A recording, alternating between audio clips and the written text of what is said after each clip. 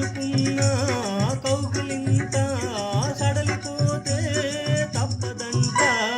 మొదటి రేయి పెట్టుబడికి గిట్టుబాటు ఎప్పుడంట?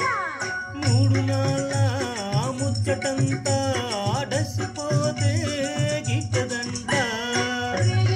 మొదటి రేయి కావాలంటే ఎట్లాగంట? సూర్యుడొచ్చి తలుపు తడితే తీయకుంటే చాలంట.